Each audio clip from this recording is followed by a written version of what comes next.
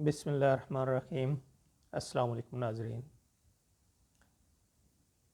آج پاکستان کے موجودہ سیاسی حالات کے بارے میں کچھ بات کریں گے، مختصر سی۔ اس میں سب سے پہلے تو یہ ہے کہ آپ کے علم میں ہے کہ پنجاب اسمبلی اور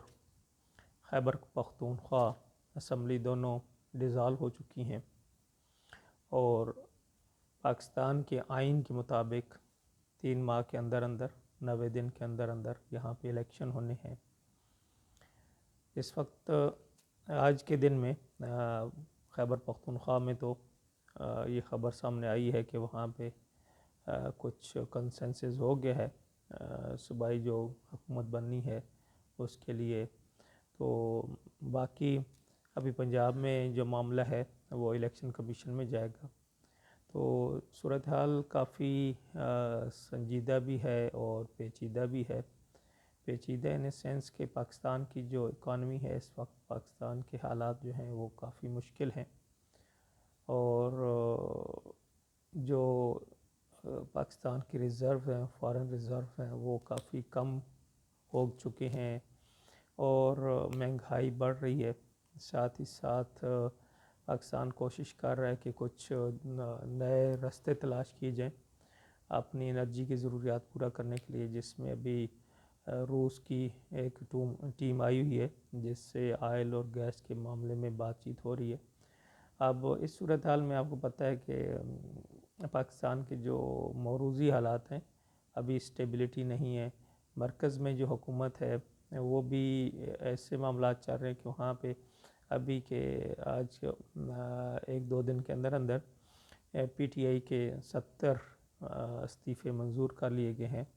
اور بنیادی طور پر یہ استعفے منظور کرنے کی وجہ یہی ہے کہ تاکہ مرکزی جو حکومت ہے اس کو جو فوری خطرہ ہے کسی تحریک عدم اعتماد کا یا کوئی معاملہ اس طرح کا، تو اس سے بچا جا سکے، کیونکہ کے پی کی اور پنجاب کی جو اسمبلی ہیں وہ عمران خان نے خود توڑی، اور ملک کو ایک عدم استحکام کی طرف لے جانے کے مقصد تھا۔ جیسے کہ اپنی حکومت کے آخری دنوں میں عمران خان اور اس کی ٹیم نے پاکستان کو دیوالیہ کرنے کے لیے اور پاکستان کی معیشت کو تباہ کرنے کے لیے ایسے فیصلے کیے جو کہ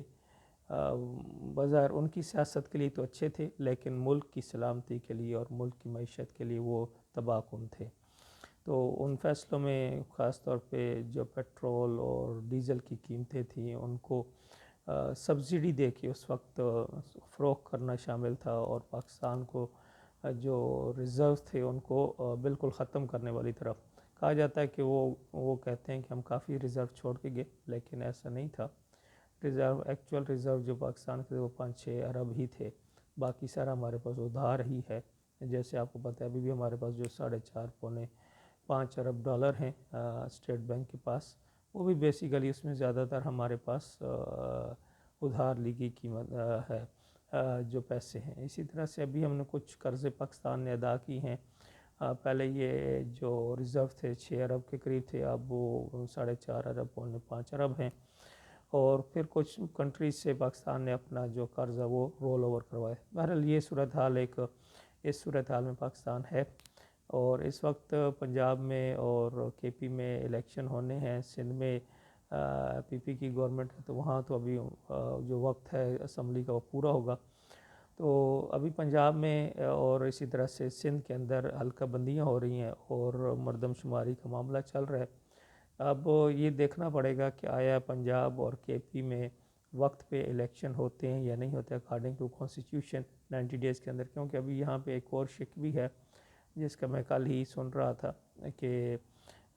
آئین میں یہ ترمیم کی گئی تھی کہ جب تک اگلے جو الیکشن ہے جب تک نئی مردم شماری نہیں ہوگی اس وقت تک نہیں ہوں گے۔ تو اب یہاں پہ اگر اس شک کو دیکھا جائے اور الیکشن کمیشن کی تیاری کو دیکھا جائے، اگر یہ مردم شماری کا معاملہ طول پکڑتا ہے اور تو مے بی جو کے پی اور پنجاب کا الیکشن ہے وہ 3 ماہ سے زیادہ ٹائم لے جائے۔ اسی طرح سے جو فیڈرل گورنمنٹ ہے اس کی طرف وہاں پہ بھی ایک ابہام پایا جاتا ہے۔ جو ابھی پی ڈی ایم کی حکومت ہے ان کی کوشش تو یہی ہے کہ ہمیں مزید ٹائم مل جائے، جو الیکشن کا ٹائم ہے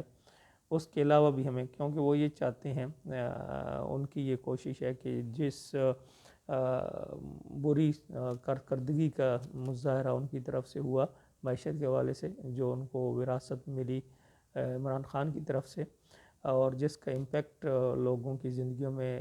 مہنگائی کی صورت میں، بے روزگاری کی صورت میں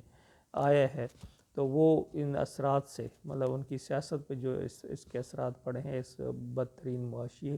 صورتحال کے، تو وہ اس سے نکلنے کے لیے وہ یہ چاہ رہے ہیں کہ انہیں ٹائم ملے، ٹائم گین کرنے کے لیے وہ یہ چاہ رہے ہیں کہ کچھ معاہدے جیسے ابھی رشیا کے ساتھ کرنے کی کوشش ہے، اور پھر اس کے بعد ان لوگوں کی کوشش یہ ہے کہ کچھ معیشت کو سہارا دے کے عوام کو کچھ ریلیف دیے جائے، اور پھر اس کے بعد الیکشن میں جایا جائے۔ تو اب جنوری کا مڈ ہاف منتھ تو گزر چکا ہے، ایز پر جو ٹرم ہے اس اسمبلی کی، اس میں تو اکتوبر میں الیکشن ہونے چاہیے آیا، اور صورتحال اب جو نظر آ رہی ہے وہ یہ ہے کہ ان لوگوں کو اگر ٹائم دیا گیا اور سارے جو ادارے ہیں ان کے ساتھ ہوئے، تو مائٹ بھی یہ لوگ کچھ آئینی ترمیم کر کے یا کچھ 1 سال کی مزید جو ہے مدت کے لیے اسمبلیوں کی یہ بڑھانے کے امکانات ہیں۔ یہ نہیں کہا جا سکتا کہ ضرور کریں گے، لیکن امکانات ہیں، کیونکہ ان کی کوشش یہی ہے کہ ہم اس بری صورتحال سے نکلیں، اور اس وقت ملک کو عدم جو استحکام ہے اس کی ضرورت ہے، پاکستان کو عدم استحکام سے نکالنا بہت ضروری ہے۔ ایک بات بہت کلیئر ہے کہ الیکشن ہونے کے باوجود بھی اگر پاکستان میں استحکام نہیں آتا تو جو پاکستان کی گمبھیر صورتحال ہے، بالکل ہم ایک ایج پہ کھڑے ہیں، ایک لائن پہ کھڑے ہیں ڈیفالٹ کی صورتحال۔ بالکل اگر دوست ممالک اور IMF کے جو پروگرام ہیں وہ نہیں آتے تو پاکستان کے لیے صورتحال بہت مشکل ہو جائے گی، اور اس وقت تمام جو اقتصادی ماہرین ہیں فائنانس کے اور اسی طرح سے ادارے، وہ اس صورتحال کو مانیٹر کر رہے ہیں کہ پاکستان کس طرف جا رہا ہے، کیا حالات ہیں۔ تو یہ ساری صورتحال میں اب اگلی صورتحال، اگلی جو بات ہے کہ اگر الیکشن ہوتے ہیں تو کیا انہی سیاسی پارٹیوں کو، انہی موروثی سیاسی پارٹیوں کو پھر دوبارہ آگے لانا ہے یا کچھ چینج کرنا ہے؟ تو میری نظر میں تو پاکستانی عوام کو، پاکستانی نوجوانوں کو corrupt super ruling elite class کی غلامی سے نکلنا چاہیے، اور ان پارٹیوں کو، اور خاص طور پہ اگر پارٹیوں کو نہیں چھوڑ سکتے، اگر آپ اتنی زیادہ ان سے پیار کرتے ہیں تو کم از کم ان پارٹیوں کے اندر تو آپ بغاوت کریں، ان پارٹیوں کے اندر تو بات کریں کہ یہ جو صدیوں سالوں سال سے، کیا کہتے ہیں، عشروں سے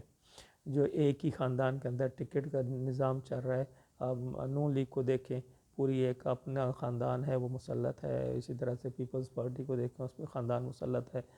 فضل الرحمان کی پارٹی کو دیکھیں اس پہ پورا ایک خاندان مسلط ہے، مطلب ایک سیاست، ایک پوری، تو یہ کرپٹ، اسی طرح سے جو عمران خان کی جماعت ہے اس کے اندر بھی پرانے جو سیاسی خاندان ہیں انہی کے لوگ ہیں، اگرچہ عمران خان ذاتی طور پہ ایک اس طرح سے موروثی سیاست دان تو نہیں ہے، لیکن باقی اس کے جو ڈرا بیکس ہیں، اپنی جو کرپشن ہے، باقی مالی معاملات ہیں، کیپیسٹی ہے،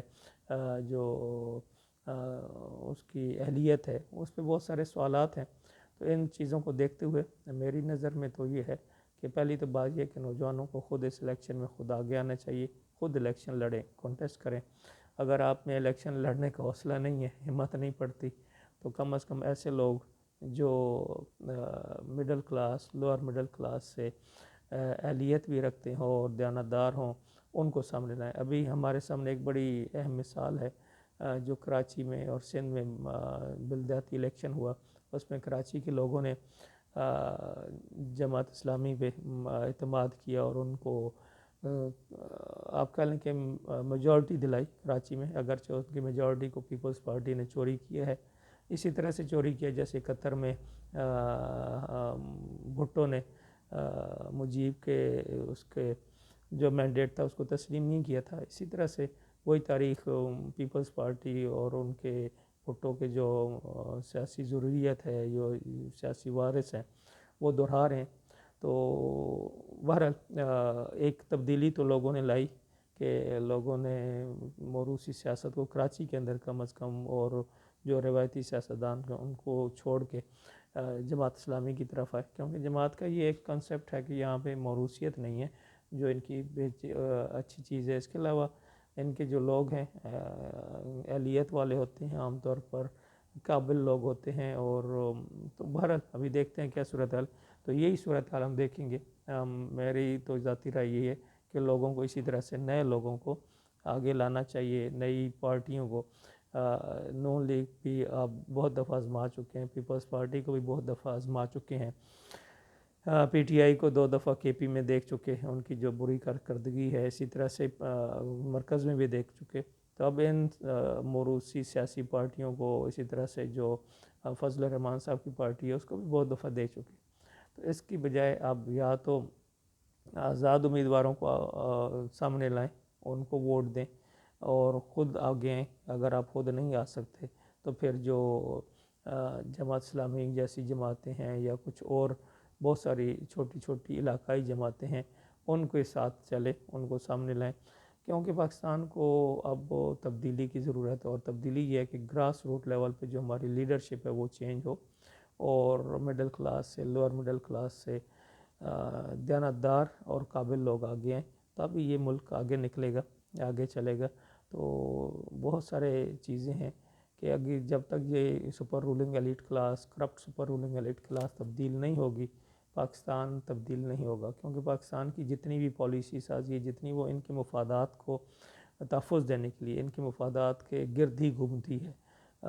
یہ پاکستان کے لیے نہیں ہوتے، بلکہ پاکستان کو یہ اپنے مفادات کے لیے گھماتے ہیں، پاکستان کی پالیسی کو اپنے مفادات کے تحت بناتے ہیں۔ اب میں یہاں پہ صرف ایک بات کروں کہ آج میں پڑھ رہا تھا کہ پاکستان نے اس وقت 4.5 ارب کی صرف خوراک کی برآمدات کی ہیں۔ تو مجھے یہ بتائیں کہ ان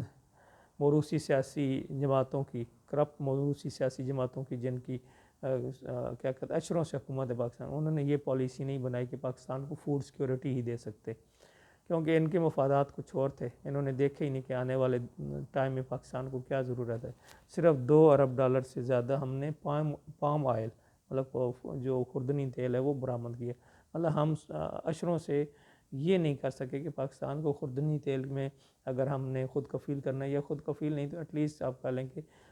70-80% خود کفالت، تو اس کے لیے کیا کوئی پالیسی نہیں، کوئی کچھ نہیں۔ تو بہرحال یہ چیزیں ہیں کہ اگر پاکستان کو آپ نے بچانا ہے، پاکستان کو ایک پالیسی دینی ہے، تو پھر بے رحمی سے ووٹ دینا ہوگا آپ کو۔ بے رحمی سے مراد یہ ہے کہ ان کرپٹ سیاسی جماعتوں کو جو آپ کے ذہنوں میں غلامی بسی ہوئی ہے اور انہی کے پیچھے چل رہے ہیں، نہ آپ کسی کا کردار دیکھتے ہیں، نہ آپ کسی کی مانت دیکھتے ہیں، نہ آپ کسی کی جو ہے دیانتداری دیکھتے ہیں، نہ اس کی کیا کہتے ہیں اس میں کیا کیپیسٹی ہے وہ نہیں دیکھتے، صرف پارٹی کا نام دیکھ کے، چاہے وہ جیسا بھی کرپٹ ہے، بد دیانت ہے، بد کردار ہے، آپ اس کو ووٹ دے کے کہ جی یہ فلاں کے ٹکٹ پہ بھیج دیتے ہیں، تو ایسے تو ملک نہیں چلے گا۔ اس میں زیادہ ذمہ داری عوام کی اپنی ہے ملک کی بربادی میں، اور پھر اس کے بعد جو سیاستدان ہیں، پھر ادارے ہیں، پھر عدالتیں، ان سب نے مل کے پاکستان کا جو ہے نا اس حالت پہ پہنچا دی ہے کہ ایک سب سے بڑا، آلموسٹ سب سے بڑا اسلامی ملک اور ایٹمی ملک اس وقت دنیا میں بھیک مانگتا پھر رہا ہے اپنی بقا کی جنگ کے لیے۔ تو اگر ہم نے پاکستان کو بچانا ہے تو پھر ہمیں بھی اپنے سوچنا ہوگا، عوام کو بھی، کہ ہم کیا کر رہے ہیں۔ تو اجازت دیجیے، السلام علیکم۔